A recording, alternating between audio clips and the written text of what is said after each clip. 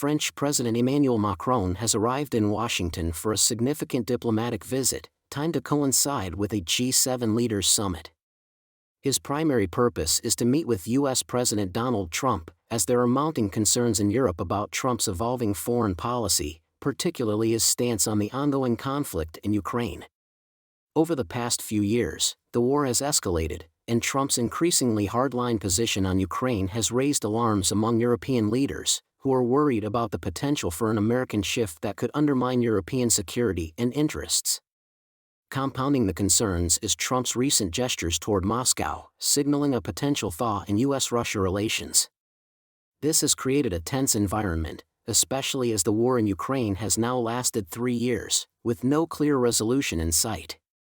Trump's overtures to Russia have sparked fears that he may be seeking to broker an agreement that could potentially sacrifice Ukraine's sovereignty or security in favor of improving relations with Moscow.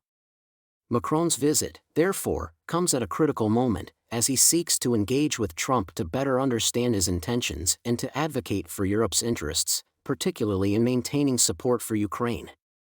Macron is likely to push for a unified approach among Western allies, ensuring that any future diplomatic solutions remain in line with Europe's objectives for peace, security, and territorial integrity in Ukraine. With the stakes so high, the French president's efforts are aimed at preventing any potential rift between the US and Europe over Ukraine, and reinforcing the need for continued support for Kyiv in the face of Russia's aggression.